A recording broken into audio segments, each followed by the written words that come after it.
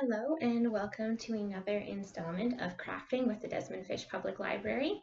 Today I'm going to show you how to make a teeny tiny diorama inside of a matchbox. Matchboxes are lots of fun to work with and very versatile, and they lend themselves really well to making tiny dioramas. So the one that I made, that I'm going to show you how to make step by step today, has a sappy little saying on the outside. So it says, "You are my guiding star." And then if you open it, there's a tiny scene of a boat on a wind-tossed ocean following a star with a moon. And it looks really impressive, but like a lot of these projects, once you break it down into its component steps, it's really doable for just about anyone. Now there's two things you might be thinking. First, hey Beth, I don't have a matchbox at home, or my goodness, Beth, that is way teeny tinier than I want to do anything. Well, I've got you covered in both circumstances. You can make your own matchbox, and being I only had the one and I used it for this, I'm going to make the next matchbox myself. And since I'm making it myself, I can make it any size I want. So I'm going to make the one I'm going to show you bigger than I used for that one. The stuff I've got here is just some cardstock, something sturdy to make my box out of. This is actually the cardboard from inside of a pack of Hershey's bars, because I was making s'mores. And some paper. You'll recognize, if you've done the other craft videos, that the waves are done with paper quilling, which is what we did when we did the flower project. And the boat is origami, which is what we did last week, even though we did paper cranes. So I am going to use, you can use origami paper. I think it's pretty with a white boat, so I'm just going to use some plain paper. And I'm going to use some drawing paper from a drawing pad, it's just called drawing weight, to do my waves. I like to paint my waves and my backgrounds. I've got some watercolors, some water, some paintbrushes, but you can use markers, you can use crayons. What's going to be really helpful, especially if you're doing it small, are tweezers and a bone folder. If you don't have a bone folder, you can just use your tweezers squeezed closed. And then, a pen to write the message. I always pencil it in first in case I make mistakes, and then erase the pencil. And, a sharp blade for cutting our strips for quilling, and some glue. First up, we are going to make our box. We're going to make the inside part of the box. And I've decided that I want mine to be 2 by 3 when I measure the bottom, and that I want it to be 1/2 inch when I go up the sides. So I'm going to make myself a pattern piece, and I'm going to show you a rough pattern before I start so you know what I'm figuring out.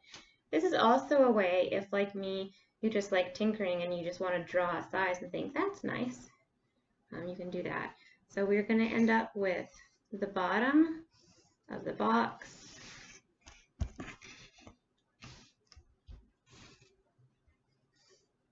and then you're going to decide the height of your sides.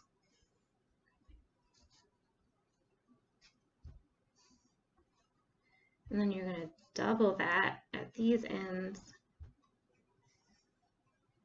And then you're going to go the height of your side all the way down.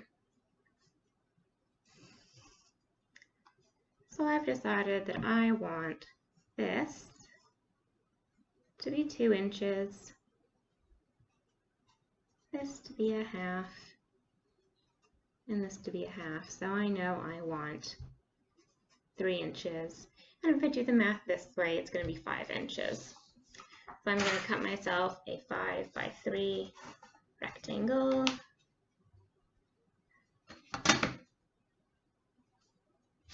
It's 1, 2, 3, 4, 5. My handy cutting mat with the measuring grid.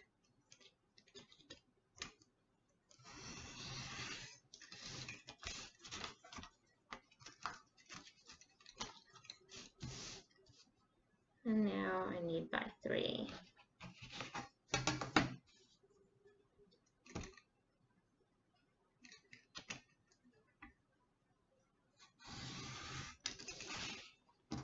Next, I'm going to measure in and mark my sides. So I want to go a 1/2 inch and there we go, 1/2 inch. And I am going to use my bone folder, or if I don't have one, the edge of my scissors, to make some creases, and that's going to make my job much easier when it comes to folding it. But for now, I'm just going to make them lines.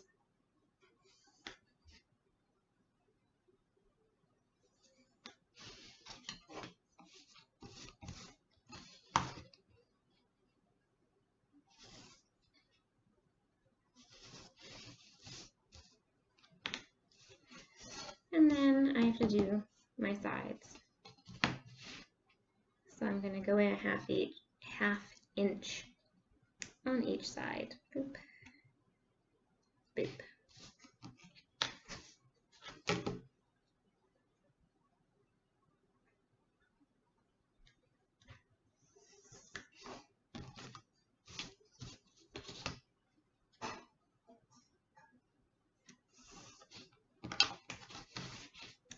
Find something that looks like that. And I want to have my long edges be the whole length. So I'm going to erase this pencil here. That's going to show me what I need to see. I am now going to make some cuts. I am going to cut from here to here, because this is the bottom corner of my box.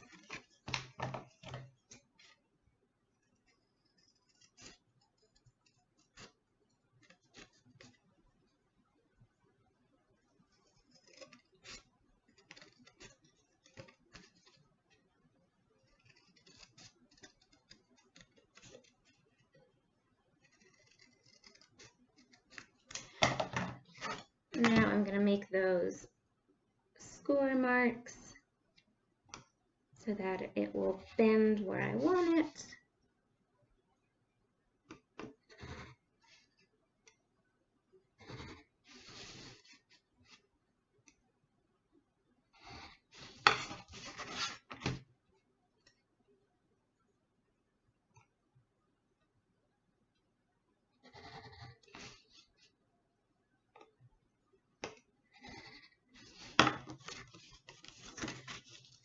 So now I can fold up the sides of my box.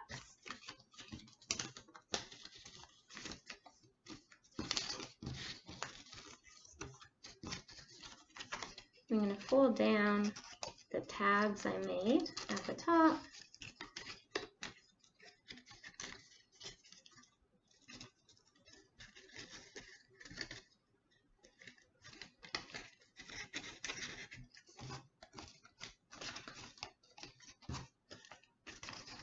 So I fold up the sides, fold in the tabs, and now I fold up the back and I fold it down over the tabs,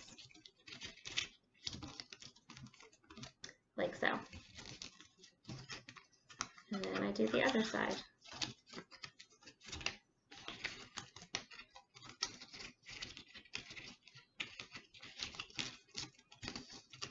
Like so. And I'm going to put some glue in here to hold it down. I'm going to set it aside to dry, and I'm going to show you how to make a boat. Okay, whoops. How to make a boat. You're going to need a rectangular piece of paper. You can just use an 8.5 by 11, and you're going to fold it in half.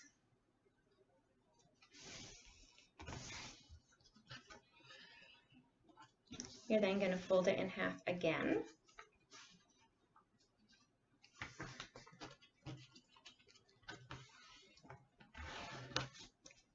Then you're going to unfold it, and you are going to fold this edge to meet the middle.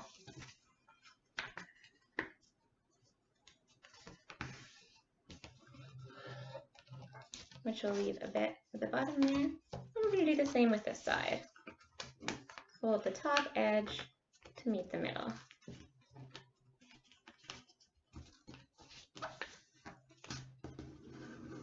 and I'm pressing on my creases to make them nice and sharp so it'll come out nice in the end.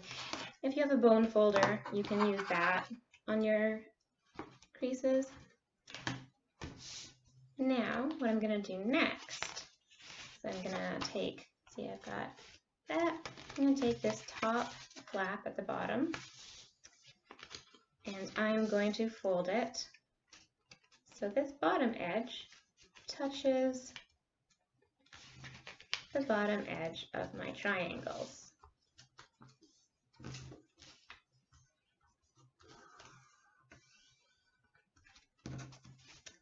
Then I'm going to fold it up again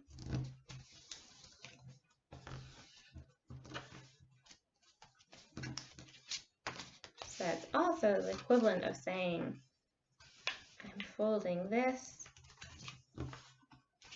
twice. So folding it to meet the bottom and folding it up again so it's over the edge. Now on one of them, I'm going to do my first side, I'm then going to take this little triangle that sticks up here and fold it over. I'm going to do that on both sides, on both edges of one side. And I'm going to turn it around. So now I have something that looks like this. And you can see that lovely old library letterhead from our previous logo. I'm now going to open this into a square.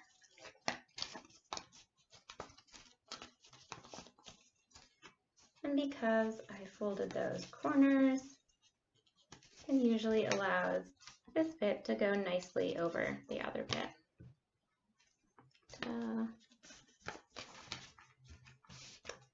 I'm now going to decide whether I want my mast to stick up above my boat, or some people like it to have the little sail be level with the top of the boat. I like mine to stick up. If you want yours level, you're going to fold this quarter all the way up, but I like to have a little bit of sail showing. So I'm going to fold mine that far. Then I'm going to flip it, and I'm going to fold it the same amount. And I know it's the same amount because when I fold back, I can see the other one below, and I want this crease to match the crease below it.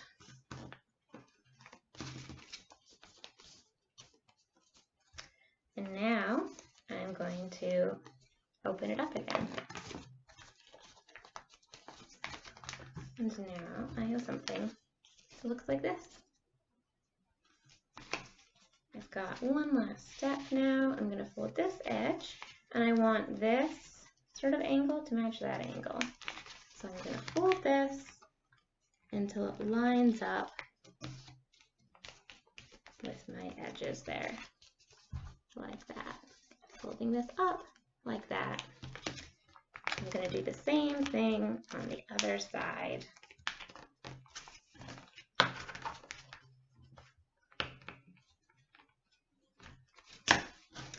Now, this is the exciting part. I'm going to take these two middle bits and I'm going to pull them out. And there, ta-da! I have my boat.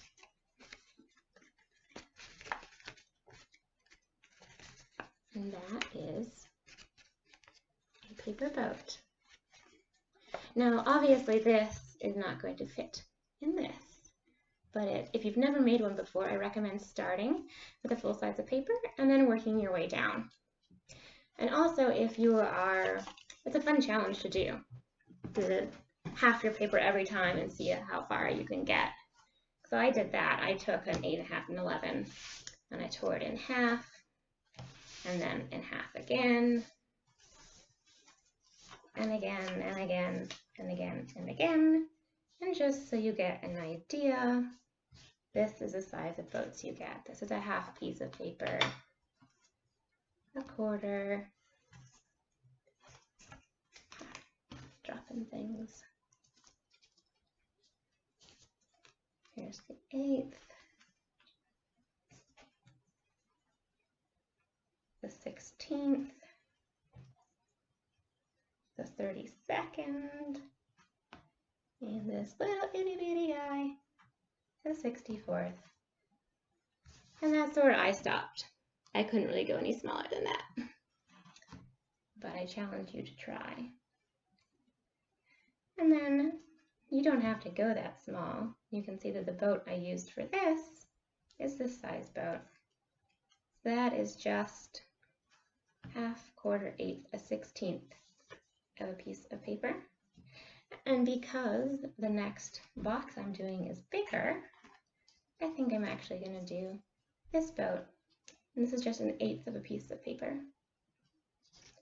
So this should be nice and easy to make my boat out of.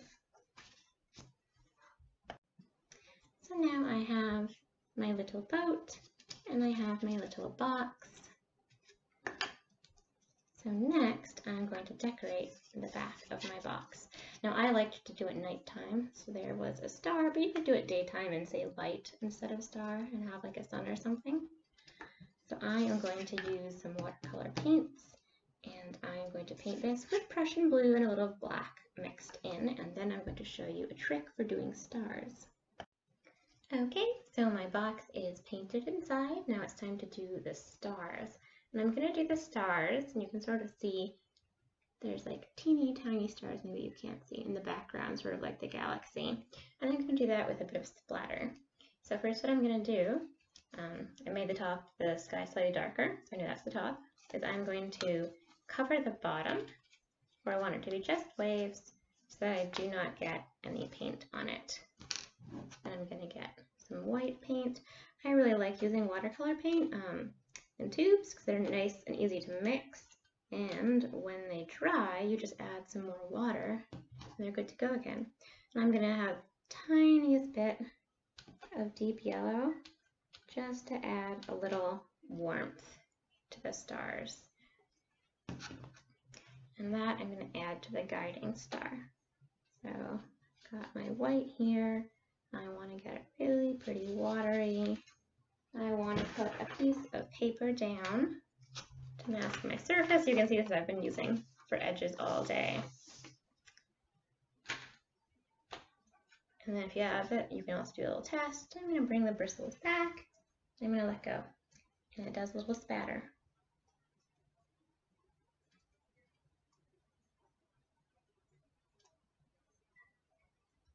The more forcefully you bring it back, and also the bigger brush, the bigger your stars will be. Is there a way to get you to actually be able to see that I did anything? You're going to have to take my word for it. There is a tiny little spatter of stars. For my guiding star, I'm going to add the tiniest bit of warmth. And I'm just going to go straight in. I'm going to do boop. There's my guiding star. And I'm going to do a few other slightly smaller stars in the area. So more stars. I'm going to go in, I'm going to do a crescent moon.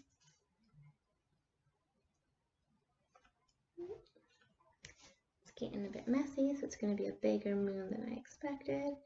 It's also would have been easier if I had waited longer for my background to dry. But I've got my sky in there. I can take this out because it didn't get stars on it. Got my boat. The next thing to do is my waves. Now my waves and my whole scene, I don't want to stick out further than my edges, otherwise the box won't close. I know these are 1/2 inch tall, the edges. So I'm going to want strips of paper that are just a little bit under 1/2 inch. And I can measure that out and cut it down. And I've done that with some paper. But my waves aren't white, they're blue. So I just painted it. And you can paint a big sheet of paper and then cut it down, or you can just cut down bits and then paint it. So I painted both sides and I left it to dry. I put it between 2 pieces of paper under something heavy, which helped it to dry flat, because otherwise when something's wet and it dries all wobbly. And now I'm going to make some waves. To do that, we're going to do some quilling, which is rolling of paper. I found tweezers are really useful for getting it started. I'm going to pinch the very end of the paper, and then I'm going to hold it and I'm going to roll it like so. Now if I hold this, I can pull my tweezers out and I've got a curl going. So I can keep going until I have a wave I like. And then I'm gonna snip it, and then I'm gonna do a wave going in the other direction. I'm gonna roll away from myself and away from the wave I did before. Flip out my tweezers and unroll, and there is a wave. And I'm just going to put my wave in my box. Now I'm going to make a bunch more, and it's fun to make tighter coils and looser coils in different sizes. And once you've got a bunch, you can sort of arrange them in the bottom of your box. So I've made several waves now, and I haven't glued them down yet, but I've stacked them, and I can keep making waves until I'm happy if I wanted more, if I wanted it deeper. And to glue them in, we're going to do the same way we did with the quilling, and that is just with a simple white glue. And to give us more control over it, because we only want a little, instead of squeezing directly onto the paper, I like to squeeze into a dish and then use a paintbrush to apply the glue. So that should be more than enough. I have a paintbrush. I'm going to get a teensy bit wet just to get all the bristles nicely together. And now, starting at the bottom, I'm going to take my glue and I'm going to put it just on the very, very ends here.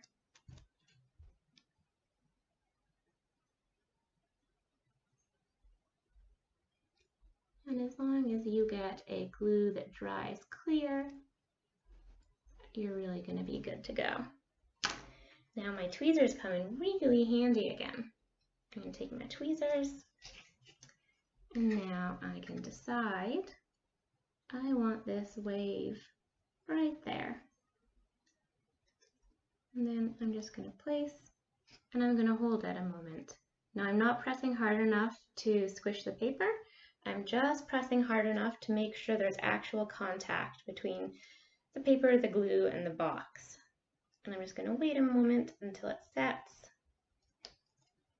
Then I can let go, and I have my first wave. And now I'm going to put in the rest of my waves. So now all of my waves are glued in. All that's left is to glue in my boat. Now to get my boat to sit up nicely, what I'm going to do is I'm going to place it and fiddle with it until I see where I like it, and then I'm just going to take note of where it touches the waves. And then instead of attaching it to the back, I'm really attaching it to the top of the waves, and that will help it look upright. So paintbrush, super useful, paintbrush and glue.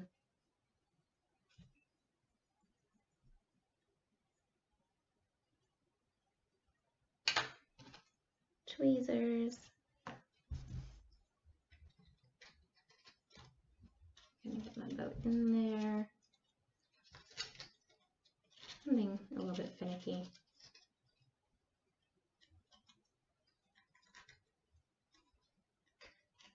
And I'm gonna hold it once I have it where I want it until the glue sets. And if I mess up a little, I'll just get more glue and try again. So now the last thing to do is to make the cover. So for this you'll need some sort of, basically it works best to use whatever material you used to make your box. And you are going to need, basically you're going to wrap it. So you want to measure it so that it is the same width as your box. And then you can measure it, or you can just take a pencil and mark along as you go. And I, of course, keep dropping my pencils. So I'm going to make a little mark here, and then I'm going to fold there.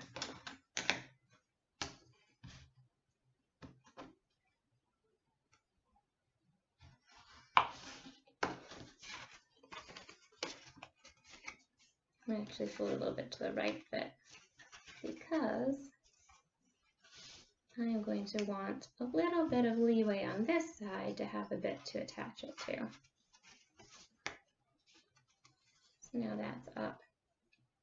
I'm going to mark it here, and I'm going to mark it there. I know that is where I want to make my next two creases.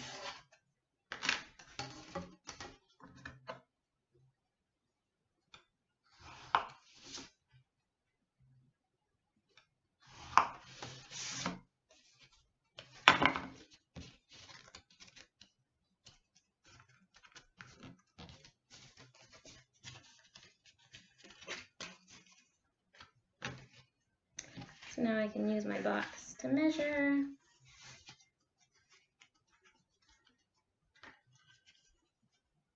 Cut it across, and then mark where I want to fold.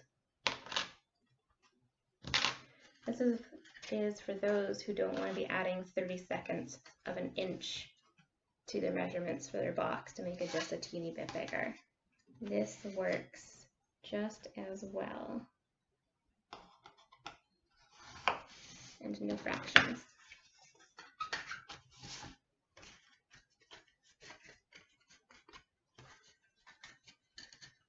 And now I need to arrange it so they're parallel to each other. I'm going to mark it, and I'm going to cut it.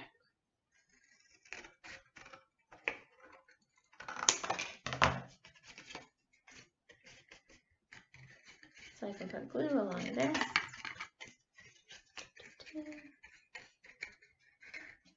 So that I can attach it to that, and I can make that tab bigger if I want to.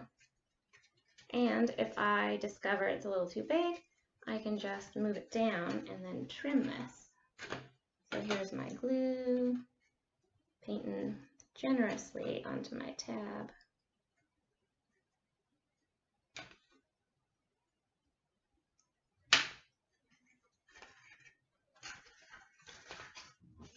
Just crisp up that angles a little.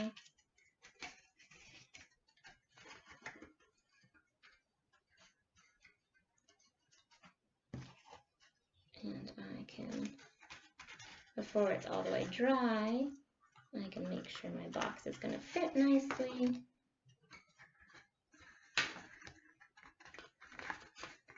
And I'm going to push down. And if I have a little bit of extra, which I do right there, I can just take my X-Acto knife and I can trim that. Oh, my boat has capsized. So there is my inside, and here is my outside that it slips into. And now you can decorate the outside however you want. You can just make it out of colored cardstock. You can paint it, you can draw on it, you can write whatever message you want. You could say you're my star, and then, or just say a guiding star. And then you hand it to someone to open, and when they push it open, they'll get a beautiful surprise scene, little diorama inside your Matchbox. And that is all there is to it. Thanks so much for watching, and I'll see you next time with crafting with the Desmond-Fish Public Library. Thank you.